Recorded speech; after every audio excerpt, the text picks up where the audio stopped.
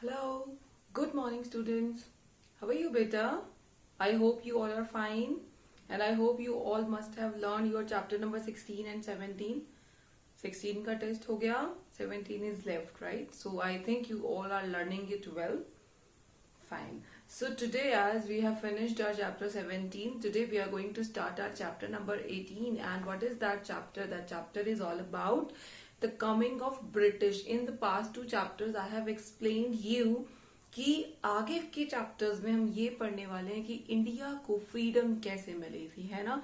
किस किस का क्या कंट्रीब्यूशन रहा था इंडिया की फ्रीडम स्ट्रगल में। तो इंडिया को फ्रीडम किससे लेनी है?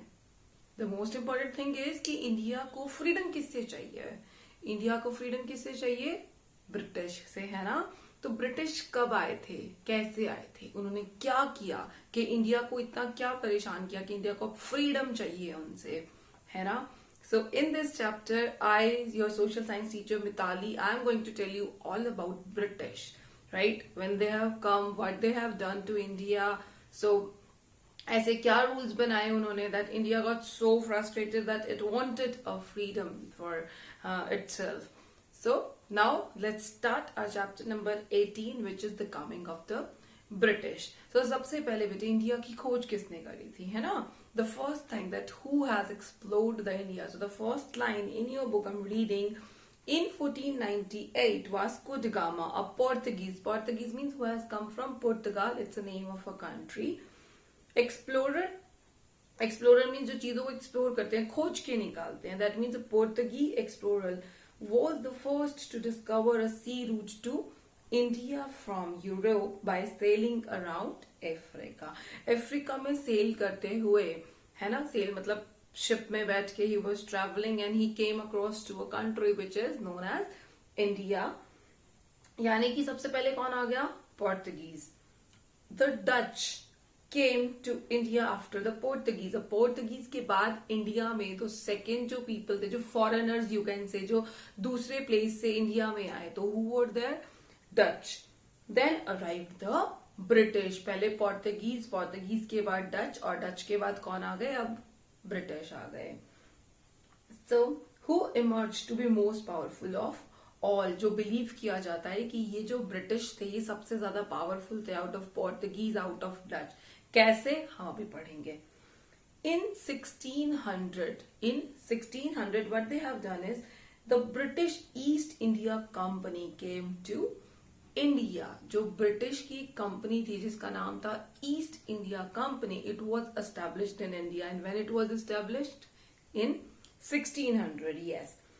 And establish trade centres with the intention of trading. उन्होंने ना ट्रेड सेंटर्स बना लिए. ट्रेड सेंटर्स क्या होते हैं? जैसे हमारे इंडिया में ना उस टाइमिंग्स पे there were many things which were available and which were of very high quality. Like we had spices, we have cotton, we have silk cloth, medicines, perfumes, precious stones and metals. तो हमारे पास इतनी सारी चीजें थी. तो British को क्या लगा कि that all things that can trade होता है एक जगह से दूसरी जगह पे भेजना, जिसको एक्सपोर्ट पढ़ा था ना हमने. Export means to sell to other countries. जिस सेम कि ब्रिटिश को लगा that they can trade all the things. Trade means to send from India to some another place.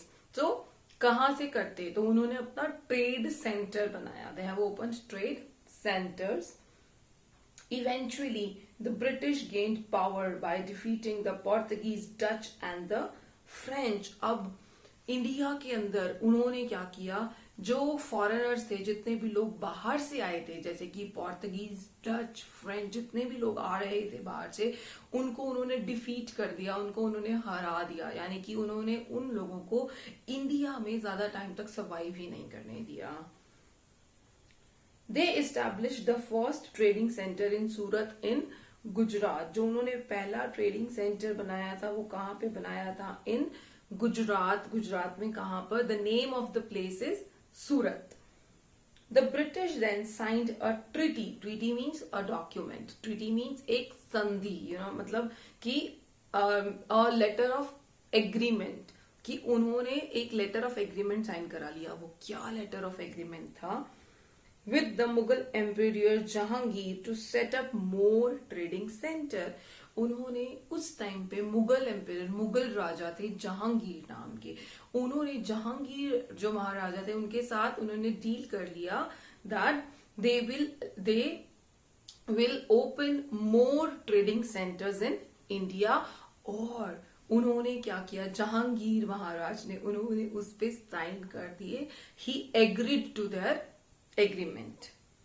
Factories were set up in Bombay, जिसको हम मुंबई बोलते हैं अभी, Madras which is now Chennai, and Calcutta which is now Kolkata. So they have started opening the trading centers, and they have opened the trading center at that places.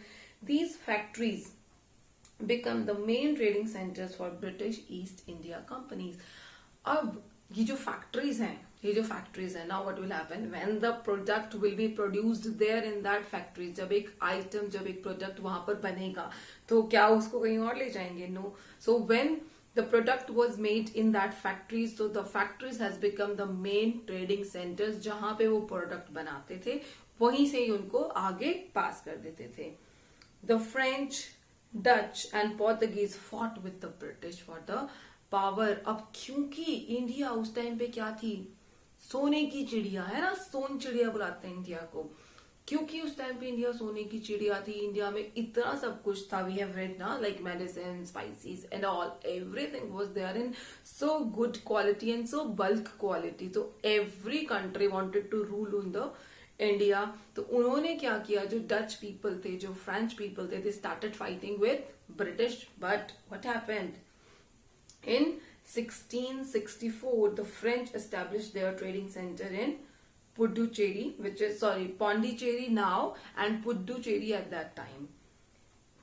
This caused a conflict between the British and the French. अब British के पास सारा profit आ रहा है, British India से हर सामान ले रहा है और हर ट्रेडिंग कर रहा है और पैसे कमा रहा है खूब सारे। उसमें एक फ्रेंच, एक और कंट्री ने आके अपना ट्रेडिंग सेंटर लगा दिया। Do you think British can tolerate that? No, British को बहुत गुस्सा आया कि how the French people can open their trading centre. So what happened, a conflict, लड़ाई झगड़ा, और क्या हुआ? Finally, in the end, the British defeated the French. जो ब्रिटिश थे, because they were more powerful, उन्होंने French people को defeated, हरा दिया। The British gained profits and were greedy for more. अब ब्रिटिश पैसे कमा रहे हैं, खूब पैसे कमा रहे हैं, they are trading the thing getting from India, they are earning profits, और जैसे जैसे उनका प्रॉफिट बढ़ रहा है वैसे वैसे greed means they are becoming more लालची, or they want more, now they want more profits, now they want more and more profits. So they broke rules and misused the facilities granted to them by the Mughal Empire. तो उन्होंने, जो Mughal Imperial थे ना, जहांगीर, उनके साथ जो उन्होंने एक ट्रीटी साइन करा था, एक बॉन्ड, आजकल के टाइमिंग्स में तो एग्रीमेंट को बॉन्ड बोलते हैं ना, तो उन्होंने जो एग्रीमेंट साइन किया था उसके सारे रूल्स रेगुलेशंस को अब उन्होंने वॉयलेट करना स्टार्ट कर दिया, तोड़ना स्टार्ट कर दिया। Why? To get more profits. The British has been allowed to trade in the India without paying any taxes. उनको क्या परमिशन थी? उनको परमिशन थी कि वो क्या कर सकते थे, वो इंडिया के अंदर बिना टैक्स पे किए। टैक्स पे मतलब क्या होता है कि जिस भी एरिया में वो सामान को बेच रहे हैं, the selling the product, they need to pay few amount, उसका एक अमाउंट पे करना होता था एज अ लाइक जो सर्विसेज वो वहां से ले रहे हैं उसके रिटर्न में उनको टैक्स देना होता। जैसे we are getting some services from the government and we are paying taxes to the government. So basically it's like ki a government is giving some services to us and we are paying some amount which is known as taxes. So they had begun to keep an army in Bengal and had forfeited the Fort William without permission of Siraj Uddoula, the Nawab of Bengal. उन्होंने क्या किया Britishers ने ना अपनी army बनानी start कर दी। They have started making their own army which was not allowed to them, बिल्कुल अलाउड नहीं था उनको। They were only allowed to do the trading, but now what they have started their own, making their own army. और लोग क्यों नहीं जाते उनके पास? They have offered them a long big amount of money. पैसा है ना उनके पास, इतना प्रॉफिट्स है, so they can easily get people into their army. So now what they have done is they have made their own army in the Bengal, and Bengal में जो किला था which was Fort William, उसको वहां के जो राजा थे उस time पे, जो नवाब थे वहां के, सिराज उद दौला, उनकी परमिशन के बिना ही अपने अंडर कर लिया, फॉरफिट कर लिया. So when Siraj ud Dola demanded the British pay taxes, they started a war against him. अब क्योंकि उन्होंने कब्जा कर लिया था, तो उन्होंने बोला, वहां पे जो नवाब थे सिराज उद दौला ने बोला that you have to pay some taxes for us, taxes to us. If you are using a place, then you have to pay some taxes to us. But what happened? जैसे उन्होंने टैक्स की demand करी, वैसे ही Britishers ने क्या किया, because they had the army, they had good equipment, they had good technology at that time, so they started a war. उन्होंने लड़ाई स्टार्ट कर दी in 1757, and that war was known as battle of Plassey. उस war का उसका नाम क्या था? बैटल मीन्स लड़ाई, Plassey is the name of a place. The nawab of Bengal was defeated and killed. अब क्या हुआ, जो बंगाल का जो नवाब था, जो बंगाल का राजा था, मुगल एम्पेरियर्स को उन्होंने पहले से उनके रूल रेगुलेशन तोड़ने स्टार्ट कर दिए थे. बंगाल उन्होंने अपने अंडर कर लिया पूरा का पूरा. राइट. सो अभी तक इतना ही पढ़ते हैं.